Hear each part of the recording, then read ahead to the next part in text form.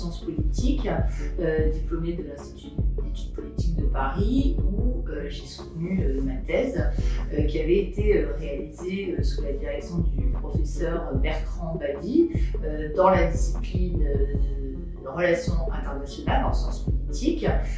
Et c'est un travail qui a obtenu le premier prix de la recherche décerné par l'Institut des hautes études de la défense nationale. Par la suite, j'ai en effet eu un parcours académique, tout d'abord en travaillant pour l'Institut de recherche pour le développement, puis ensuite pour l'Institute of Development Studies au Royaume-Uni.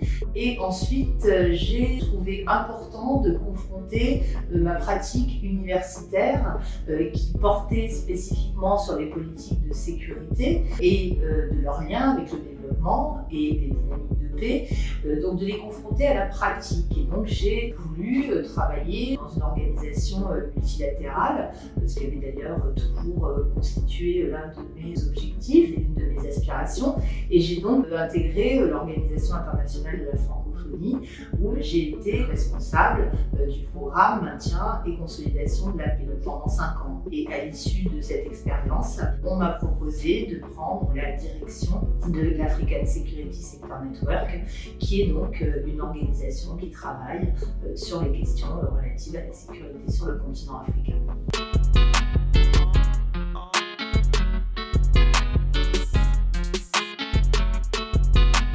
Je pense avoir la chance d'être, en tout cas de me sentir assez claire et assez à l'aise avec mes différentes origines. Donc je suis née d'une mère française, corse plus exactement, et d'un père malien, arrivé en France très tôt, bien avant ma naissance. Donc, en 1957, donc même avant les indépendances africaines. J'ai grandi en France, c'est mon pays, je me sens profondément française, mais je considère que l'amour pour la France, enfin l'amour en général pour son pays, peut être absolu sans être exclusif. Je trouve ça absolument fondamental de considérer qu'on peut avoir un attachement viscéral et un amour extrêmement profond pour le pays dont on est issu, sans pour autant rejeter ou voir de manière exclusive les autres appartenances. Donc j'ai été élevée dans le respect de la France, la gratitude aussi, mon père vis-à-vis de la France, qui m'avait beaucoup apporté, mais aussi dans les récits de son enfance, du continent africain, dans la musique africaine qu'il écoutait beaucoup, comme la musique américaine aussi, puisqu'il était acteur de cinéma, il avait aussi une fascination pour ce continent-là. Et c'est cette histoire qui m'a donné envie de travailler pour ce continent sur lequel je n'ai pas grandi. Et je suis heureuse aujourd'hui parce que je trouve que c'est assez significatif du parcours de mes parents, qui sont enterrés tous les deux en Provence, dans un tout petit village qui s'appelle Signes. Et mon père, qui adorait en effet la Provence, est mort dans mes bras au son de la musique africaine, au son de la kora. Et pour moi, ça représente complètement son parcours, c'est-à-dire des origines qu'il n'a jamais oubliées, mais une adoption et une adhésion totale au pays qu'il avait accueilli. Mes premières impressions du Mali sont le premier séjour que j'y ai fait enfant, mais pas toute petite. J'avais à peu près une dizaine d'années, et donc ça a été un choc, cette arrivée, ça a été vraiment la découverte d'une réelle altérité, y compris la rencontre avec ma grand-mère, qui était une très vieille femme africaine, qui était aveugle à l'époque, que mon père n'avait jamais vue en ma présence. Et comme nous sommes arrivés dans la maison familiale où était né mon père, dans le quartier de Dar Salam, à Bamako, il s'est allongé sur les genoux de sa mère. Il avait largement passé la quarantaine pour la cinquantaine.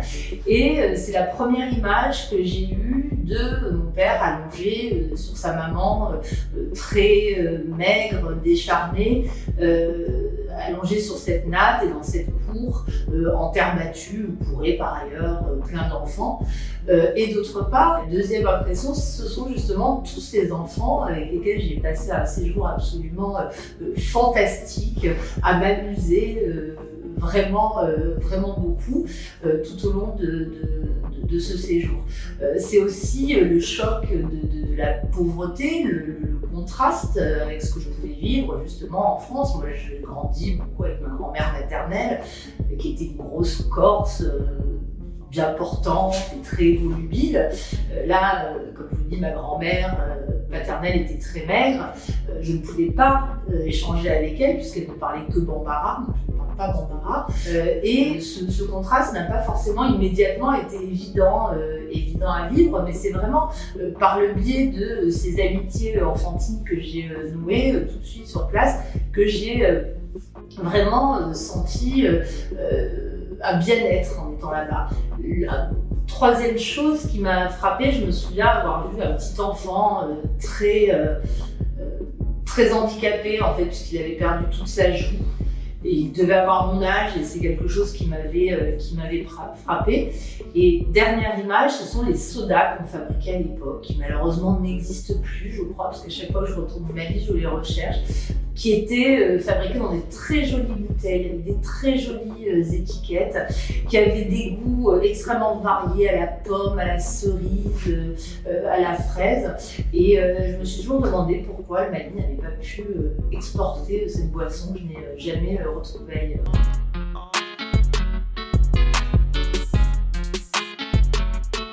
Aujourd'hui, le Mali se retrouve dans une situation très complexe, traverse une crise multidimensionnelle qui trouve ses racines en grande partie dans une crise de gouvernance, mais qui se décline à la fois dans le cadre d'insurrections de type rebelle, de type djihadiste, de type populaire aussi, comme on l'a vu, avec les mouvements de protestation qui ont fini par aboutir au renversement du président Ibeka.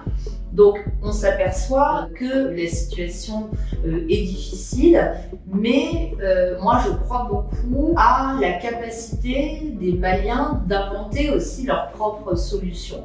C'est-à-dire que j'ai beaucoup travaillé sur les approches de la communauté internationale, je fais partie de celle-ci de par les principes, les normes que j'ai pu promouvoir, et plus j'avance dans ma pratique professionnelle, plus j'estime qu'il y a vraiment une connaissance et un savoir local qui doivent absolument inspirer les solutions trouvées pour sortir le pays de la situation actuelle et aussi guider l'appui qui sera ensuite apporté par les partenaires internationaux.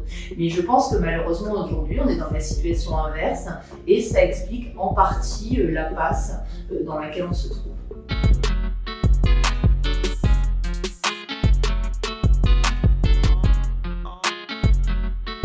En ce qui concerne les réponses maliennes que celles apportées par la communauté internationale, c'est vraiment de remettre la protection des populations civiles au cœur de toutes les approches. C'est-à-dire qu'aujourd'hui, on s'aperçoit que certaines solutions sont fondées sur la lutte contre les mouvements djihadistes, sur le retour de l'autorité de l'État, sur la lutte contre la criminalité organisée, la lutte contre l'immigration illégale.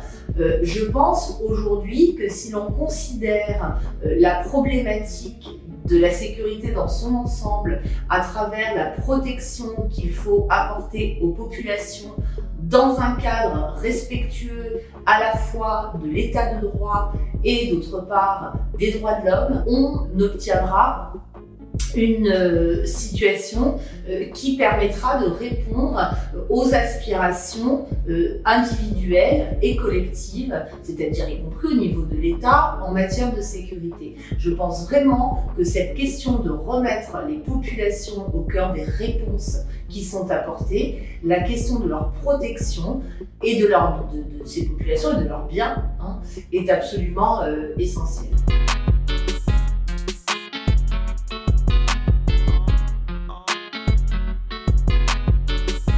Alors je pense que les meilleurs atouts, ils sont différents, hein. Les deux zones sont quand même différentes.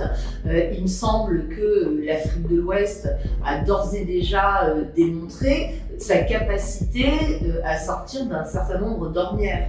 On voit par exemple un pays comme le Ghana, qui est un État où la démocratie s'est ancrée de manière assez solide. On le voit aussi dans un pays comme le Sénégal. Je pense que ces exemples sont quand même extrêmement importants et extrêmement encourageants. Et je pense qu'il est important de construire l'avenir de la région ouest-africaine sur justement le partage d'expériences de ces États-là avec leurs homologues en réalité. Parce que je pense qu'il y a beaucoup de choses à faire valoir. Les réalités dans ces États sont quand même relativement plus proches de ce qu'elles peuvent être par exemple dans des pays du Nord. Et donc je pense que les échanges de pratiques, les échanges d'expériences intra-ouest-africains peuvent vraiment apporter beaucoup en termes de progrès, une fois encore pour les populations. Et d'ailleurs pour la gestion des États eux-mêmes, parce que pour moi la sécurité des populations et la sécurité des institutions de l'État, et non pas des régimes, est absolument indissociable. Je ne pense pas qu'il faille opposer l'un à l'autre. Pour ce qui est de l'Afrique centrale, la situation est quand même plus compliquée. On voit qu'on se retrouve encore face à une sous-région où les dirigeants ont tendance à avoir exercé des mandats très longs au pouvoir, où les conflits se pérennisent, comme on le voit par exemple en RDC. Donc il y a davantage à faire certainement dans cet espace. L'intégration sous-régionale dans le cadre de la CEAC est moins avancée que dans le cadre de la CEDEAO. La CEDEAO étant capable de peser davantage sur la gestion des crises, même si c'est encore de manière insuffisante. Donc je pense que l'Afrique centrale a beaucoup à apprendre, notamment de l'Afrique de l'Ouest, même si la situation, comme le prouve la crise au Sahel, est loin d'être idéale dans cette partie-là du continent.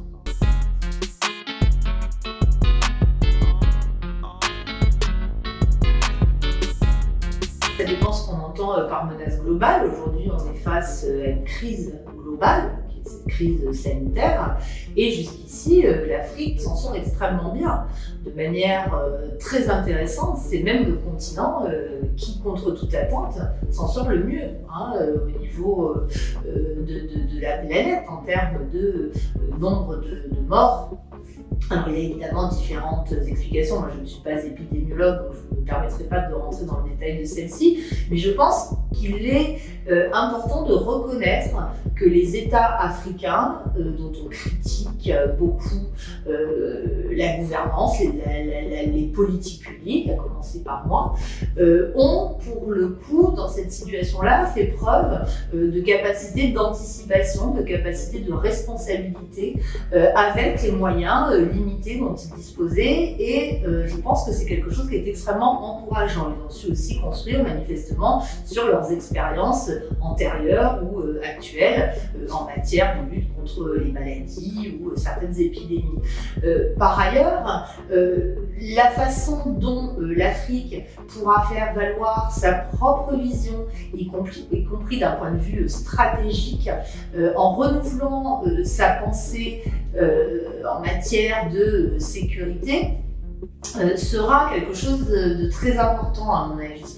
C'est-à-dire qu'aujourd'hui, penser la sécurité globale en fonction des expériences africaines qui sont quand même nombreuses en la matière, puisque c'est quand même le continent qui a vu le plus grand nombre d'opérations de maintien de la paix, par exemple, qui a quand même expérimenté aujourd'hui un grand nombre de conflits, si on regarde depuis les indépendances, il y a une accumulation d'expériences qui doit, à mon avis, pouvoir inspirer un renouvellement et une théorisation aussi de la façon dont on gère l'insécurité, à commencer par la lutte contre les mouvements asymétriques. On voit très bien que les approches internationales inspirées de l'approche Low Intensity Conflict, de la lutte anti-insurrectionnelle, se révèle assez inefficace en réalité. Donc je pense qu'il y a la place aujourd'hui pour l'émergence d'une pensée africaine en matière de gestion d'un certain nombre de conflits d'insécurité.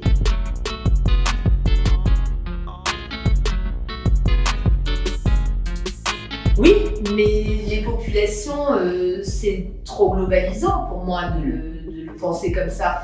Je pense qu'il y a différentes communautés. On parlera, je suis universitaire à l'origine, mais différentes communautés épistémiques qui peuvent être mobilisées, que ce soit au sein des États eux-mêmes, au sein des organisations internationales, Union africaine, CEDEAO, etc., au sein des organisations de la société civile, au sein des administrations. Et je pense qu'il faut voir les choses de cette façon-là. Le rôle aussi des autorités beaucoup plus locales, qu'on a souvent qualifiées d'informelles et qui ont tendance à être de plus en plus institutionnalisées, est important aussi à prendre en considération. Donc, les populations en tant que telles, je ne suis pas sûre qu'elles soient toutes intéressées pour penser le monde, parce qu'il n'y a aucun endroit où elles le sont. Mais je pense que la mobilisation de ces capacités qu'on voit se développer, notamment avec l'apparition de plus en plus fréquente de think tanks et de centres de recherche spécifiquement africains, est un élément encourageant qui permettra vraiment de faire émerger quelque chose, je l'espère.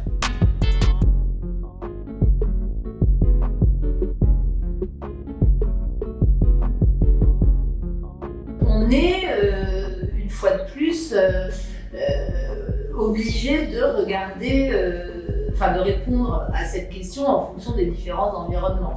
On a bien vu que ce qui s'est passé en Côte d'Ivoire avec ce troisième mandat, de facto, effectué par Alassane Ouattara, a créé une crispation côté français, mais on ne peut pas dire que ça a remis en cause la relation en réalité. Donc, moi, il me semble que certains États ont plus de capacité que d'autres à imposer la façon dont ils entendent gérer leurs affaires intérieures. Si on regarde le Sahel, vous parlez du Niger, où le processus électoral a l'air de devoir se dérouler de manière plus satisfaisante, même si ce n'est pas parfait. C'est plus facile pour la France, évidemment, de gérer ce type de relation.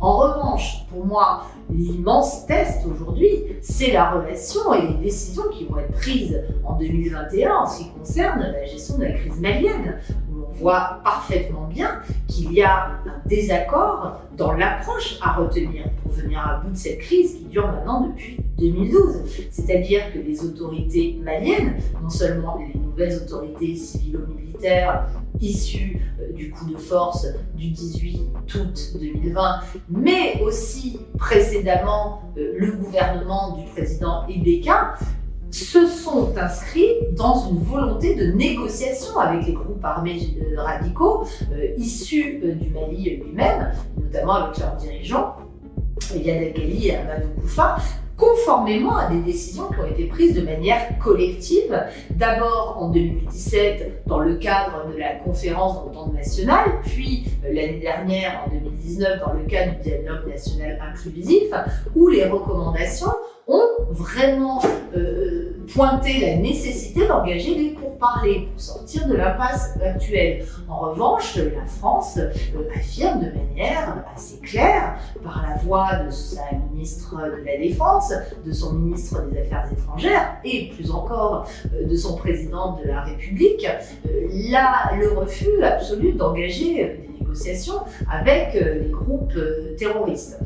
Donc aujourd'hui, il y a un vrai enjeu qui sera celui de la capacité qu'auront ou non les autorités maliennes à faire prévaloir leur approche de la crise. Et je pense que ce pourrait vraiment être un test pour une redéfinition des relations entre la France et l'Afrique.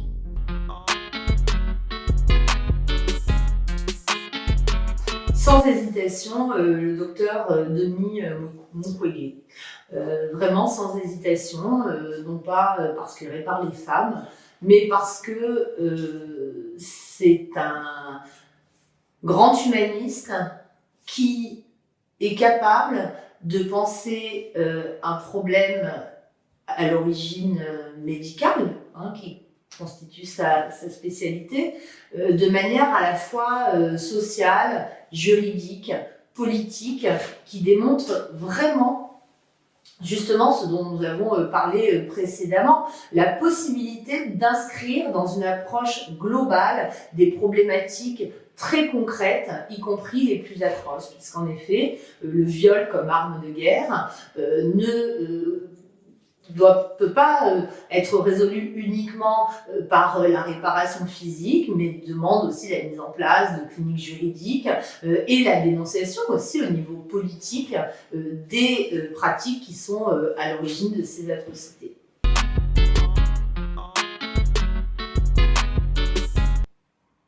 J'aime vraiment beaucoup le Sénégal et notamment la petite île de Ngor. Le mafé.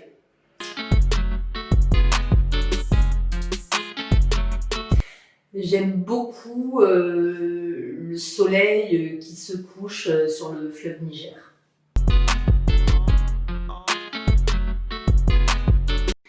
Bon, la réponse est facile, tout le monde la ferait, la paix. Mais c'est vrai pour le monde. Et en même temps, c'est totalement illusoire parce que le conflit fait partie des relations sociales, mais en tout cas, des gestions de la conflictualité qui soient beaucoup moins meurtrières. Des engagements politiques beaucoup plus sincères et qui permettent aussi la mise en œuvre de solutions qui sortent de la démagogie ou des solutions très standardisées.